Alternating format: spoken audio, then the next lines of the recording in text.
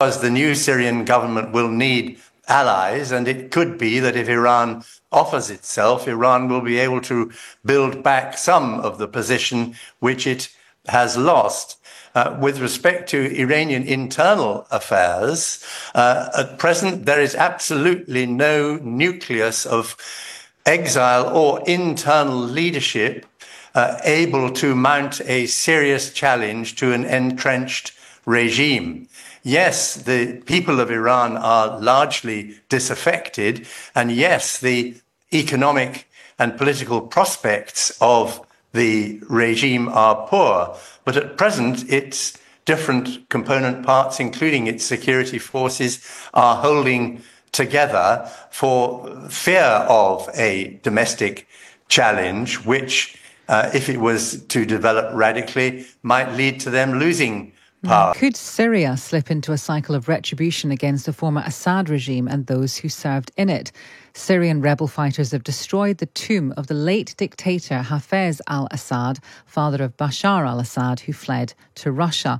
The main commander of the HTS fighters who toppled the regime said that anyone involved in the torture or killing of prisoners during the Assad years would be hunted down, and that pardons were out of the question.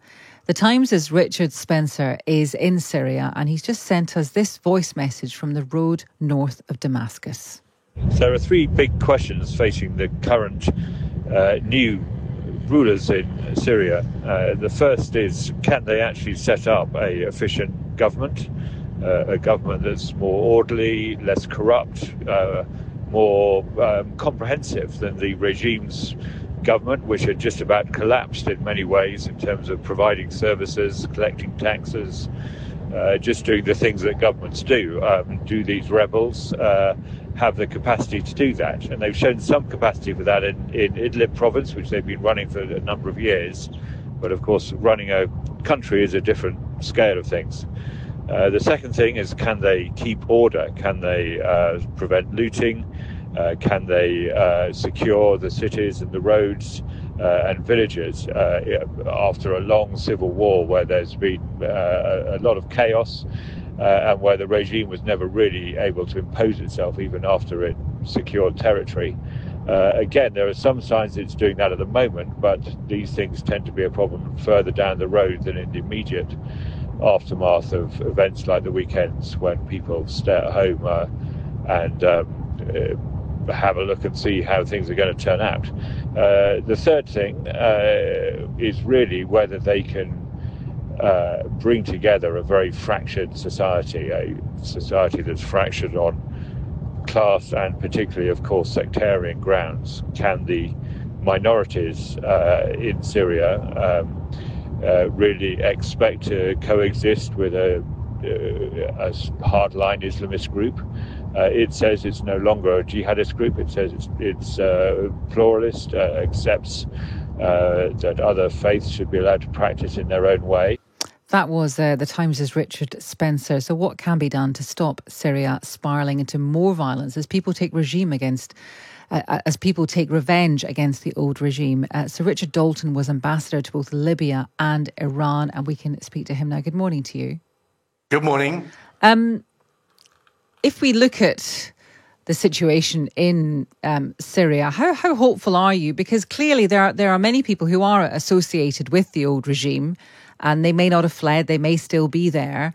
Is this something that the Syrians have to kind of get out of their system, so to speak, do you think? Do you think this is inevitable, that there will be repercussions for these people? The background, of course, in addition to the points that Richard Spencer made so well, is of poverty and breakdown of the economy. And secondly, we don't know what has happened to the personal arms, the light weapons, that the Syrian army had when it melted away. So you could imagine a situation in which local armed groups band together to try and obtain the means of life for their communities and themselves, using the weapons which are likely to be so widely spread throughout the country.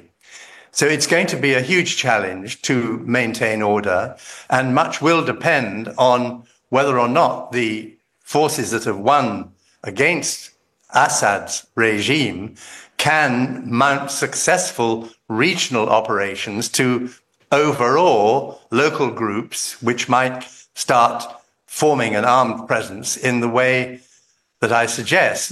There's also, of course, a war raging in the north of Syria, with Turkey supporting the Syrian National Army, the United States supporting in their campaign against the remnants of Islamic State the Kurdish forces, and how those conflicts develop now will be crucial to stability in the country as a whole. And at the moment, the signs are not good. Turkey is assisting the Syrian National Army in pursuing its aims against the Kurds. And there is a serious risk of Islamic State trying to break out of its desert area. And so the United States and the Kurds are going to want to stay armed against them. And you were ambassador to both Libya and Iran. Let's take them one by one. Libya, after Colonel Gaddafi's overthrow, the scenes were, of course, initially joyous.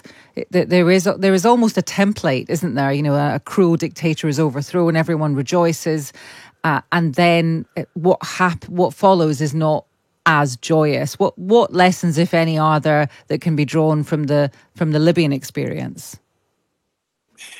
Not many that are optimistic, unfortunately, and you need to look even wider than Libya at the fate of the transitional arrangements which followed the initial euphoria of the Arab Spring, starting in Tunisia in 2010 and extending into so many countries in 2011. Each country has its own specific history, and the prolonged history of violence in Syria is not a good augury for stability in Syria, apart from in one respect, and that is exhaustion and poverty resulting from the war. It is possible that with the means of life so hard to obtain, people will seek to cooperate rather than fight each other over resources. In Libya, they fought each other because of the oil resources. And in Iran, how concerned will the Iranian government be at what has happened in Syria and what that means for them? It means a serious weakening of their regional position. How far, it's too soon to say, because the new Syrian government will need allies, and it could be that if Iran offers itself, Iran will be able to build back some of the position which it has lost. With respect to Iranian internal affairs, at present there is absolutely no nucleus of exile or internal leadership able to mount a serious challenge to an entrenched regime. Yes, the people of Iran are largely disaffected, and yes, the economic and political prospects of the regime are poor, but at present its different component parts, including its security forces, are holding together for fear of a domestic challenge, which, if it was to develop radically, might lead to them losing power. So I don't think there's a direct lesson of imminent downfall of the Iranian regime as a consequence of what we've seen in Syria. Okay, Sir Richard, thank you for talking to us. Sir Richard Dalton, who was ambassador to both Libya and Iran.